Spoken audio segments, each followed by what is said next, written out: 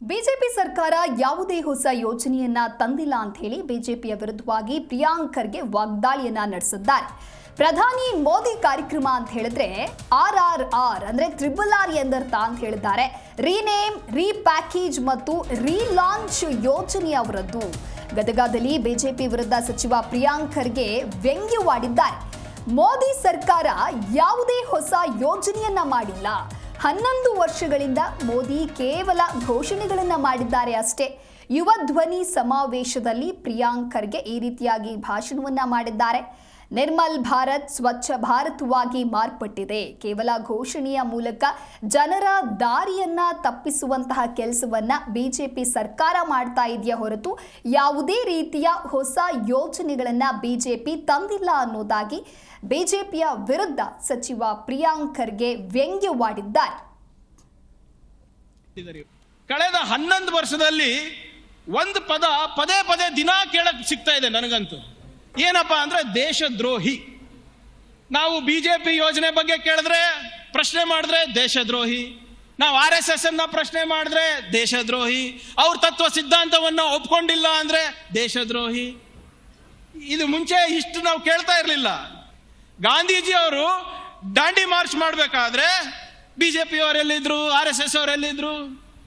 Quit India movement ನಡಿಬೇಕಾದ್ರೆ ಎಲ್ಲಿದ್ರು? Simon go back ಘೋಷಣೆ ಕೂಗಿದಾಗ ಎಲ್ಲಿದ್ರು? ದುಂಡು ಮೇಜಿನ ಸಭೆ ನಡೆಸಬೇಕಾದಾಗ ಎಲ್ಲಿದ್ರು? ನಾನ್ ಕೋಆಪರೇಷನ್ ಮೂವ್ಮೆಂಟ್ ಮಾಡಿದಾಗ ಎಲ್ಲಿದ್ರು ಇವರು? ನಾವು ನಮ್ಮ ದೇಶ ವಿಭಜನೆ ಆದಾಗ, ಇಂಡಿಯಾ ಪಾಕಿಸ್ತಾನ ವಿಭಜನೆ ಆದಾಗ ಇವ್ರು ಎಲ್ಲಿದ್ರು? ನಮ್ಮ ದೇಶ ಪಾಕಿಸ್ತಾನ ಜೊತೆ 2 ಬಾರಿ ಯುದ್ಧ ಮಾಡಿದಾಗ ಎಲ್ಲಿದ್ರು? ಚೈನಾ ಜೊತೆ ಯುದ್ಧ ಮಾಡಿದಾಗ ಎಲ್ಲಿದ್ರು? ಸುಭಾಷ್ ಚಂದ್ರ ಬೋಸ್ ಅವರು ಇಂಡಿಯನ್ ನ್ಯಾಷನಲ್ ಆರ್ಮಿ ಬ್ರಿಟಿಷ್ ಅವ್ರ ವಿರುದ್ಧ ಕಟ್ಟಬೇಕಾದ್ರೆ ಎಲ್ಲಿದ್ರು? ಬಾಬಾ ಸಾಹೇಬ್ ಅಂಬೇಡ್ಕರ್ ಅವರು ಸಂವಿಧಾನವನ್ನ ರಚನೆ ಮಾಡಬೇಕಾದಾಗ ಎಲ್ಲಿದ್ರು? ಕಳೆದ 11 ವರ್ಷದಲ್ಲಿ ಒಂದು ಪದೇ ಪದೇ ದಿನ ಕೇಳಕ್ ಸಿಗ್ತಾ ಇದೆ ನನಗಂತೂ. ಇನ್ನು ಯೋಜನೆಯ ಬಗ್ಗೆ ಪ್ರಶ್ನಿಸಿದ್ರೆ ಮೋದಿ ದೇಶದ್ರೋಹಿ ಅಂತ ಹೇಳ್ತಾರೆ.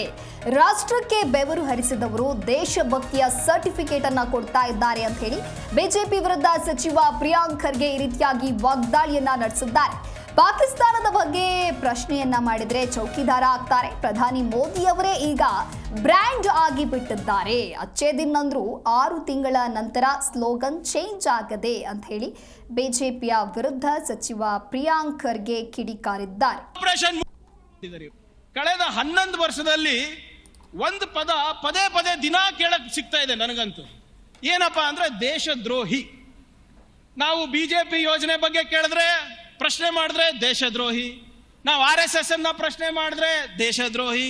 ಅವ್ರ ತತ್ವ ಸಿದ್ಧಾಂತವನ್ನ ಒಪ್ಕೊಂಡಿಲ್ಲ ಅಂದ್ರೆ ದೇಶದ್ರೋಹಿ. ಇದು ಮುಂಚೆ ಇಷ್ಟು ನಾವು ಕೇಳ್ತಾ ಇರಲಿಲ್ಲ. ಗಾಂಧೀಜಿ ಅವರು ದಾಂಡಿ ಮಾರ್ಚ್ ಮಾಡಬೇಕಾದ್ರೆ ಬಿಜೆಪಿ ಅವರೆಲ್ಲಿದ್ರು, RSS ಅವರೆಲ್ಲಿದ್ರು?